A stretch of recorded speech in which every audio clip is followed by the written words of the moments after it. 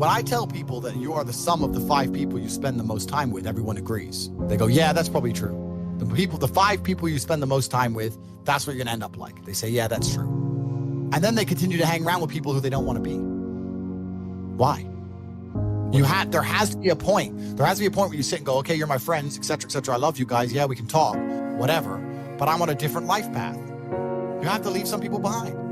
You wouldn't want to be, if you were to come hang out with me and you were in a room with me and my 5 friends, you'd feel self-conscious. You're right. You don't feel with your friends. Because you only surround yourself around people that are on like your level of like. I'm with killers. We're fucking monsters. If you were to come hang around with me and my crew, you would be self-conscious, and that self-consciousness would motivate you, or they would certainly instill the discipline required for you to change. You don't feel self-conscious amongst your peers. That's why you don't change.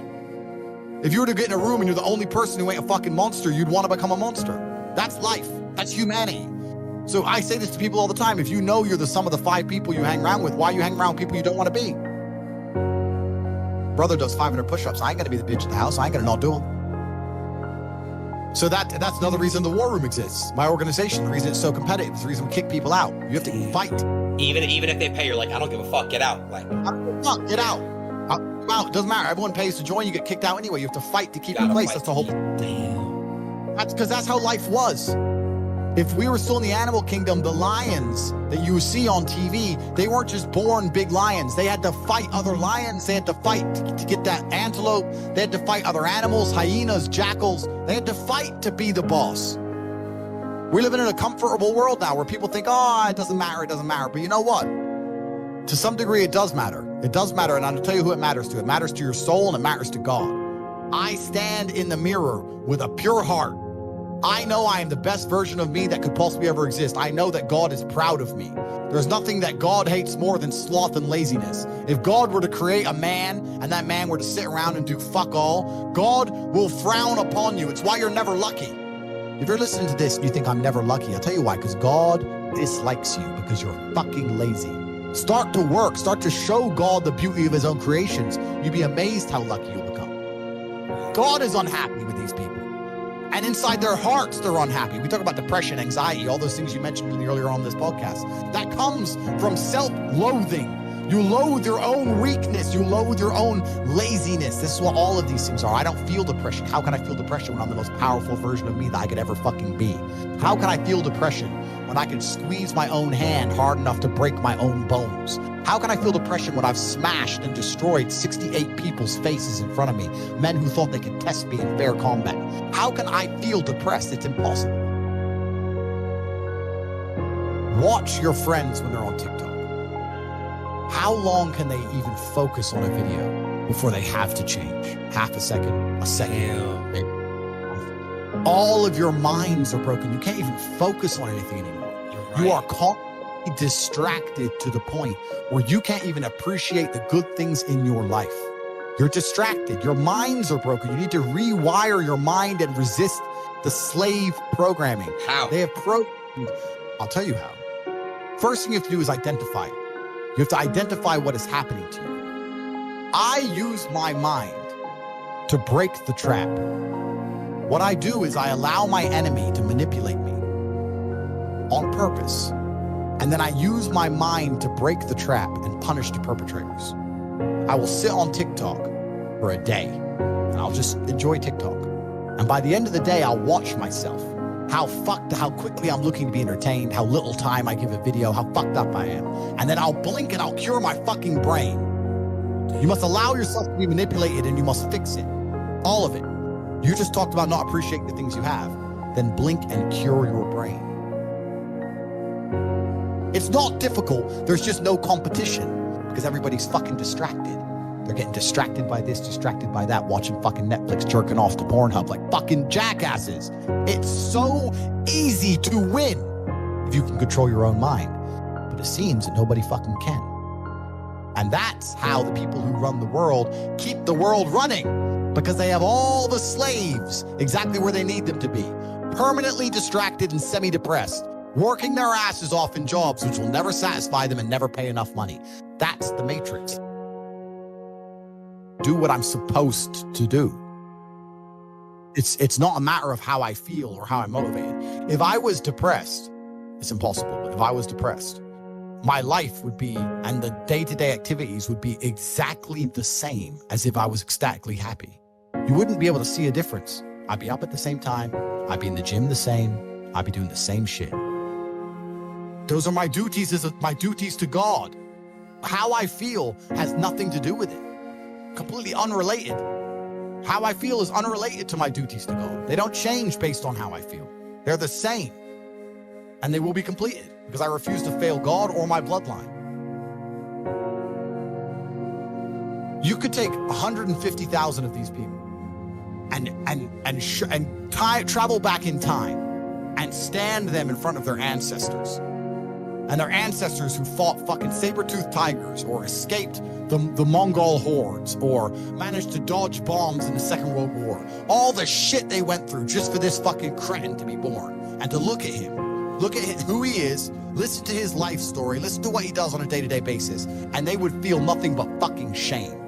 Your ancestors did all that shit, all that struggling to survive, hunting and gathering, fucking avoiding enemies, anything it took, dying at age 30 from a tooth infection, all the crap they went through just for you to be born so you could smoke weed and jack off. That's what your ancestors died for. That's what they worked so hard for. If you were born 100 years ago and it was the 1920s, you'd be in some ditch in northern France, living in the fucking mud, hoping not to get killed by a random sniper in some bullshit war you barely understand for 4 years. Then you'd come home and hope your wife hasn't been bombed. Yo! You understand? But that's the world. That's the world. The world has become exceptionally easy for a lot of men. It used to be a different place. Most men were cannon fodder. Most of us would have ended up in wars, dying for fucking no reason. Damn. Now we don't have to do that. So because we don't have to do that, men think it's okay to just become comfortable now. You're not supposed to be comfortable. You were never evolved to be comfortable. You're supposed to be uncomfortable. Right. And if you make yourself uncomfortable constructively, it's very easy to be anything you want. I find it amazing that people will sit there and spend all their time upgrading that character, making as much money as they can, getting the best guns, getting strong, getting some hoes, meeting important people, getting the best car. They'll do all that in a game, but they won't do it in real life. I find that incredible. My life is GTA. I don't need to play a game for GTA. If I want a gun, I'll fucking buy it. If I want a car, I'll fucking buy it. I want a bitch, I'll get her. It's me. I am GTA. I don't see why people play the games. They play the games because they're scared of loss. Because if you die in the game, you get another chance. If you lose in the game, you get another chance. In life, you get one shot. Damn, But if you get some balls, that's what life is as a game. That's what life is as a man. This is one big video game. You get to upgrade your character. You're not born with any value. All these women that you just put me on with are born with value. They're pretty already. They're gorgeous already.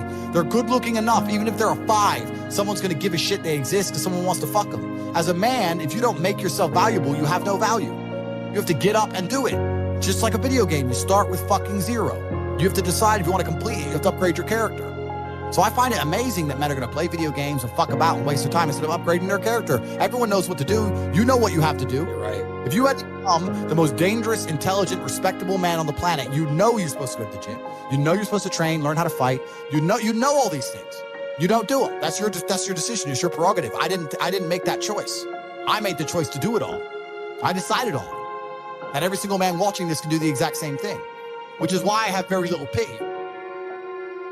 I'd never make fun of someone who hasn't got a choice. I wouldn't make fun of someone born with one I eye. have a choice though. But if you've made a fucking decision to be less than you should be, then I believe you should be mocked for that decision. I agree. I feel like, yeah, because like you're not living up to your full potential. Like it's your choice to basically not live up to your full potential. Completely.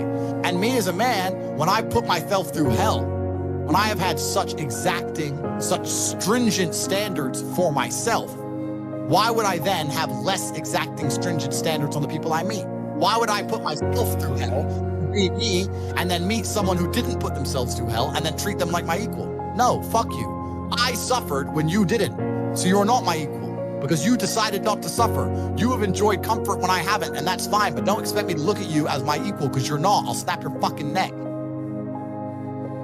I can't imagine a mind frame or a mindset where I want to do something and can't do it. Right. So it's almost difficult for me to answer that question, because if you have that kind of mind, if your mind is so fundamentally broken that you cannot do with your own mind what you want to do, right, you know, like that, then you're just fucked, right? Life is hierarchical. There's always going to be kings and there's always going to be peasants.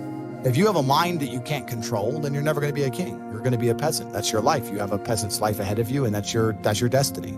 Enjoy, right? There's always been peasants. That's life. But I believe that the most important thing you can do as a man is to gain control of your mind. Once you have control of your mind, life is so ridiculously easy. It's so ridiculously easy. It's so easy to be in. People say to me, Tate, you're in good shape, but all you do is drink vodka and travel the world. You're never even home. You never even have a gym. How do you do it? It's ridiculously easy if you control your mind. If I decide to do 1,000 push-ups, I'll do them. Maybe I have to do them one at a time. Maybe I'll get tired. Maybe I need a break. I'm going to do 1,000 because I said I'm going to do 1,000. It's not fucking hard. Everyone knows what they're supposed to do. Once you control your mind, it's easy, right? Getting over a breakup with that bitch. You miss that girl, you're upset, you miss her with all your heart, da-da-da. But once you realize she's gone, if you control your mind, she's gone now. She's gone now, gonna miss her. That's a shame. Off to the gym. But you either control your mind or you don't. And all of these things stem from the same problem. It's something you can do. It's something that is learned. It's something that is taught. But it's something that I needed to survive. So for me, it's easy, right? It's all I've ever known. Right. But people have they don't need it to survive, so they never develop the skill. That's just how it works. At the end of World War II, when men went to Europe and saw unspeakable horrors at the end of World War II, did they all come home and need therapy, or did they all come home and get back to life? Back to life. Because everyone was taught to have a mind that they control because they needed it to survive. There's no one else. That's how life worked back then.